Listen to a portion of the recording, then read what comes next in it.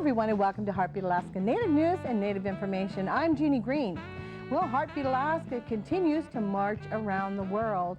Soon we will be offered in the Scandinavian countries of Sweden, Finland, and Norway with subtitles. Isn't that exciting? Here in America, Heartbeat Alaska will be soon offered nationally, Heartbeat on Radio. You'll be able to hear us on Kiwanis broadcast here in Anchorage, Alaska. If you are watching from other states, check with the National Public Radio for schedules to pull down Heartbeat Alaska and air it over your radio station.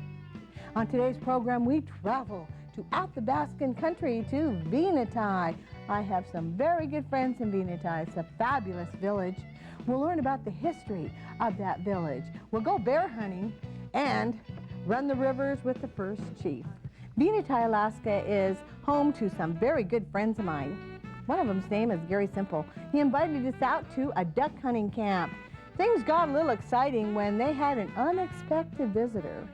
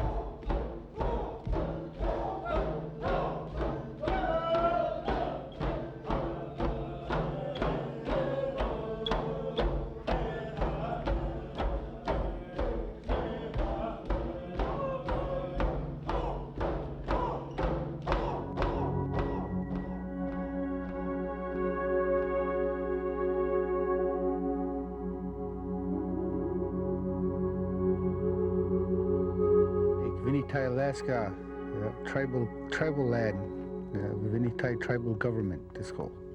That's where we're at. This is Big Lake. This is where I grew up. When I was growing up, we used to have tent all the way around, and right here, all these points, they have camps. A long time ago, when they used to have fish and stuff like that in it, and since they put on the road, the dirt road and four-wheeler and all that, so people don't usually stay. They used to live around here for ducks and dried ducks and stuff like that. Since they got freezer and stuff like that, they don't need to do that, so they go to shoot ducks and just take it home, throw it in the freezer. This is Gary Simple. His story is the story of Venetie. It's a story of a people who cannot be separated from their land. The Gwich'in people used to be nomadic, moving with the seasons, living with the rhythm of the animals they used for subsistence. Over the past 100 years, the trappings of modern life have led to more and more time spent in the village and less out here.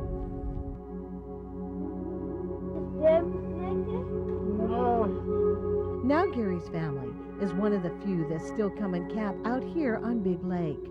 In the village, people have a lot of life like that, and it's hard to live all this life, You have to live, you have a life of being Indian, and then you got to live in today's society, and then there's drinking life, and there's drugs life, and there's gambling life, and there's lying life, and gossip life, and you have to deal with all that, But when you go out here and you come out here, man, you only got to live one life.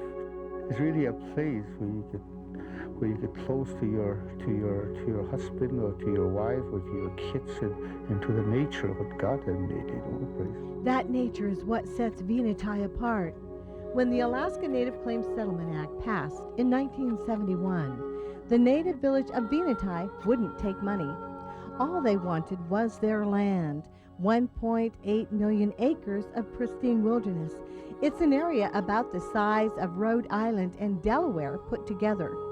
The land is owned in common by all through the native village of Venetie tribal government. This includes the villages of Venetie and Arctic Village. The land allows Gary to raise his kids the same way he was raised. Just took us out, and that's what I remember, and that's what I want to do with my kids, you know. And instead of them watching TV and video and just running around wild, you know, and up not listening to their parents because they're independent, you know, they don't depend on anyone. So, you know, I encourage parents to take their kids out in the woods. It's a good life out there, slow, but it's okay, you know, and it's peaceful. You know, the creation just overtakes you. Just overtakes you. And you find peace and wonderful, you know, you feel that you sleep real good, nice fresh air, you know. Gary's son Gabe is learning to use the kayak that Gary made by hand. I think I made it like 6 years ago, something like that. Still, this is a second canvas that I put on. It kind of wear out after a while. He wants to learn, and I think he's ready. He's been around it all his life, and you know, and he's been in a canoe with me, and I got another son who's 13 that is learning how to shoot inside a canoe, sitting inside a canoe and shoot. He learned how to do that.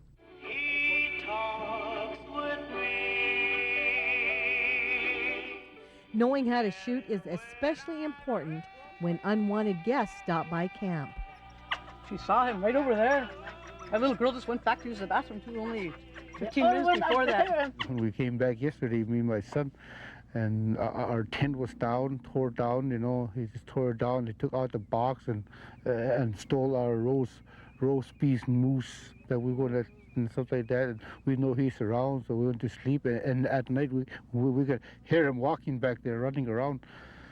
So today they saw him. They say they try to scare him away, but he just sat back there. They say, so, you know, we don't want that kind of bear around, you know. Gary's mom and his wife had to chase away a black bear earlier by clapping and yelling. Yeah. Every year.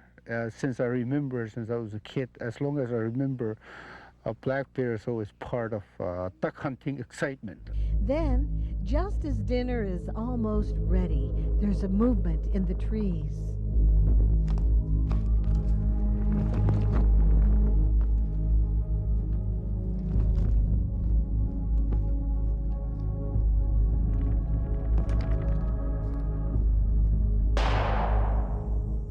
When I first shot it, I shot him around the breast area, you know, and he turned around and started running. I thought I'd miss it, so I shot behind him. I shot behind him, and that's when I hit him. When I shot behind him, he flipped over, and he took off. We could hear him hollering back there, so we went back there, found him, and shot him again. Make sure, you know, make sure that he's dead. Once he's sure the bear is dead, Dad returns to a hero's welcome back at camp. Got him? Yeah. He's dead? Yep, he's dead. And the kids are excited to see the bear and learn from Dad. Wait, not yet. Wait for me, yeah? But actually, it's Dad that's going to be learning. He's never had to skin a bear before. Dad, do you know how to skin the bear? Learning right now. He did like Learn it right now. Give him that one bear that we saw over there by that camp that got killed in. Yeah. And that bear is a brown bear. It's a brown bear though. We can. This is a nice bird I see. Soon enough, though, Gary has the bear cut up into manageable chunks.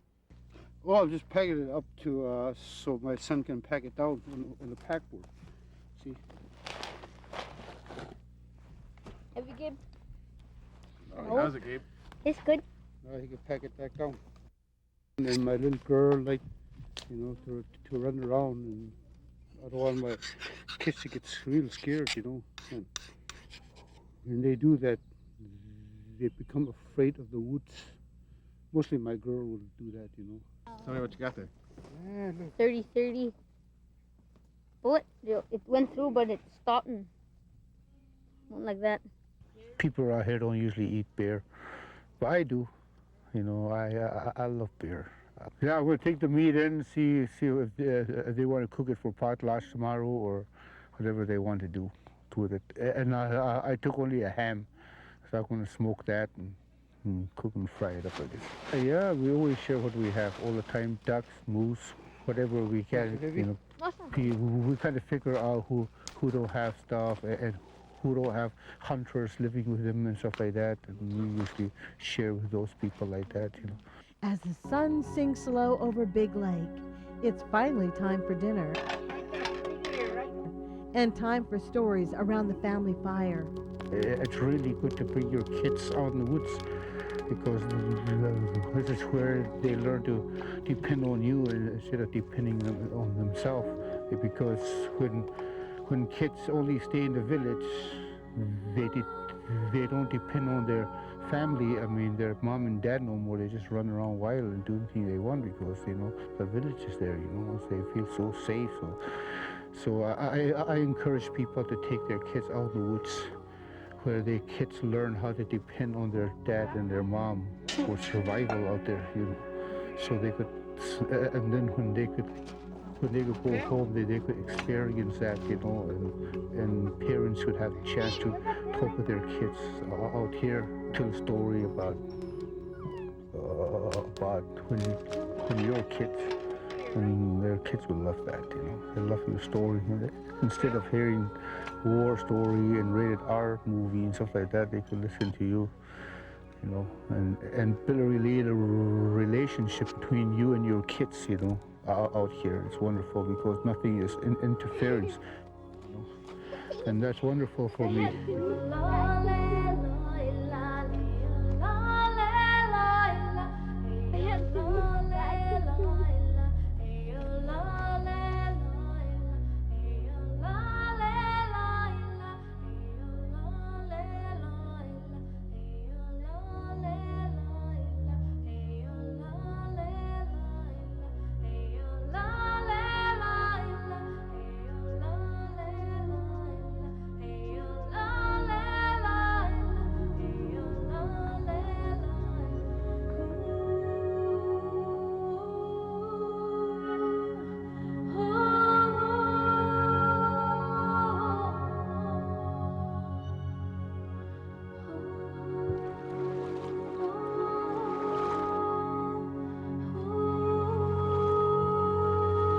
The Denokanaga Elders and Youth Conference brought a lot of new faces into Venetie. And there's no better way to get acquainted with new friends than a fiddle dance.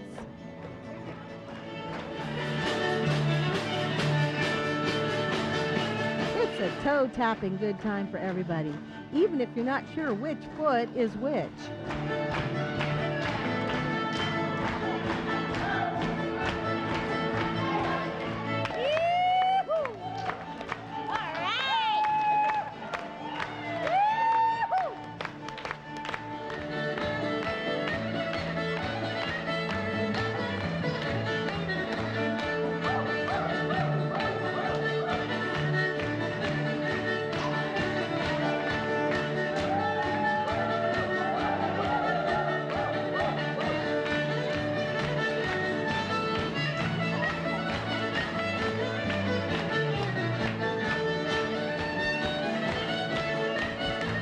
Then, just as the dance is in full swing, the first chief of Venetie, Bobby Tritt, gets some news.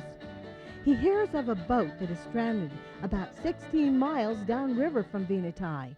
Quickly, he puts away his bass and gets to work putting together a rescue party to go check on them.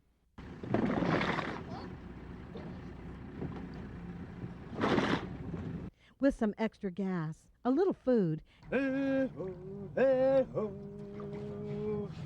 a lot of good cheer, Bobby and Ernest Erick shove off from Venetie at 3:30 a.m. Oh, we're singing medicine music. Make sure they're okay.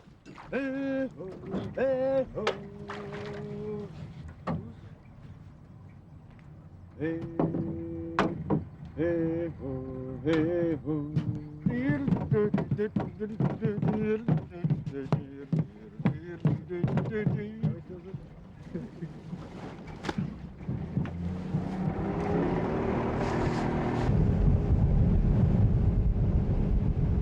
Chandelier is a tricky river, fast, winding, and shallow.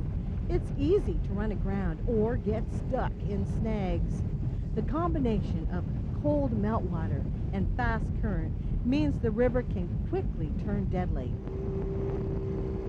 Luckily, both Bobby and Ernest have been running this river all their lives. They know its curves and currents, in the same way a big city cab driver knows which streets to take across town. But then, at 5 a.m., and a few miles short of the stranded boat, there's engine trouble. Bobby and Ernest find themselves adrift in the fast current.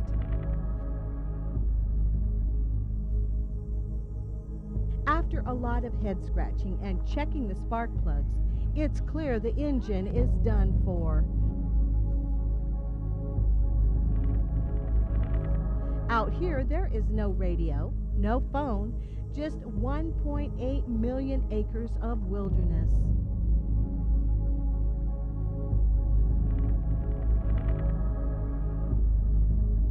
Ernest and Bobby take stock of the food they have.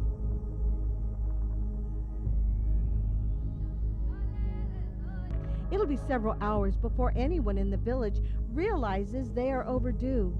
So Bobby and Ernest quickly get down to doing the best thing they could think of, sleeping.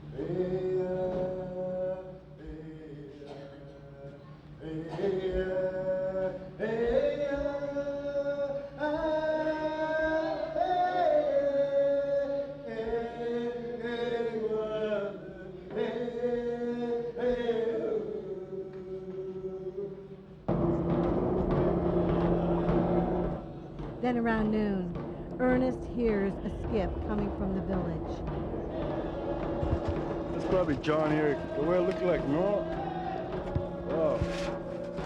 I don't know, you can't tell that's quick, but I look like John Erick Jr. He's from, he's got, him and the Erick boys, they got cabin down here in the lower mouth of Chandelier River.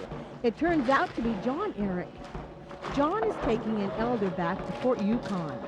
Fort Yukon is the closest village to Venetie, but that's still several hours away, even with a fast skiff.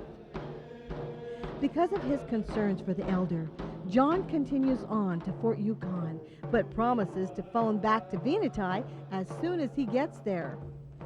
He has to take the elder back over to Fort Yukon, so that's the reason why he's going east from here. So, by 2 hours from now, we should have a boat. He knows Bobby and Ernest will have no problem surviving. This is their home, after all. Yeah, we'll check out that island for rabbits if we have to.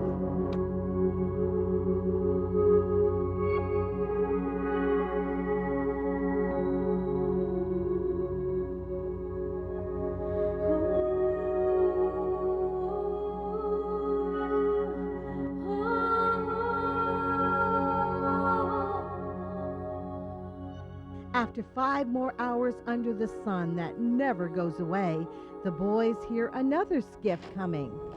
It's Lance Whitwell. Let's go.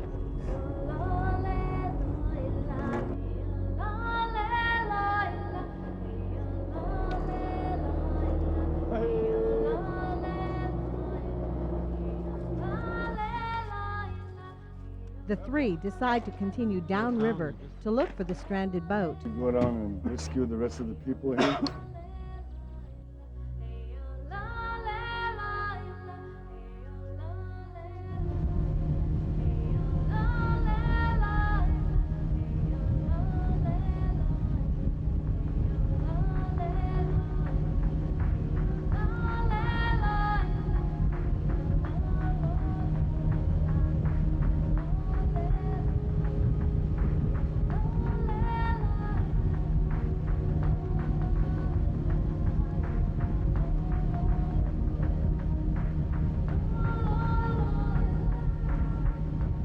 At 7:30 p.m., they hit the Yukon River, leaving Venetie's tribal lands and Bobby's jurisdiction as chief. There was no sign of the boat that was stranded.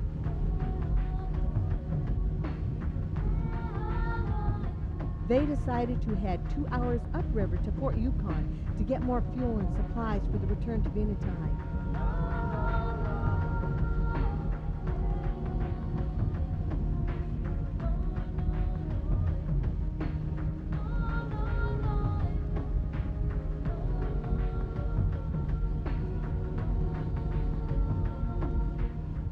In Fort Yukon, they find John Erick again, who tells them the people who were stranded were able to fix their boat and get back underway, and so they didn't need to be rescued after all.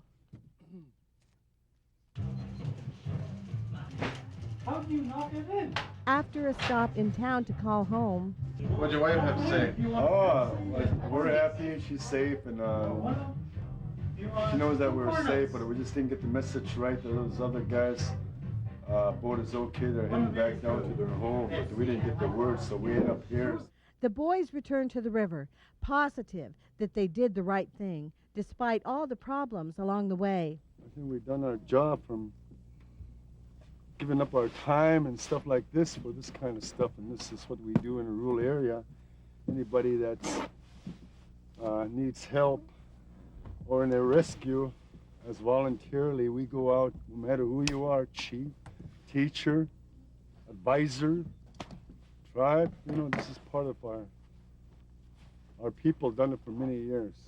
We always give, you know, no matter what it is, money, food, clothing, you know, it's, it pays back in the long term. No, it's Friday night, but we're going back to Venetie. I don't know what time it is now, but sometime around midnight, I guess. But hopefully we'll be back to Venetie. What do you think, Lance? About 6 in the a couple morning. hours? 6 in the morning. 6 o'clock in the About morning. 6, 7 o'clock in the morning.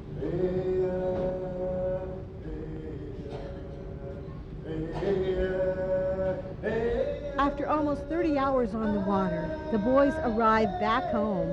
They are tired, but feel lucky to once again be able to see so much of the land that sets Venetie apart.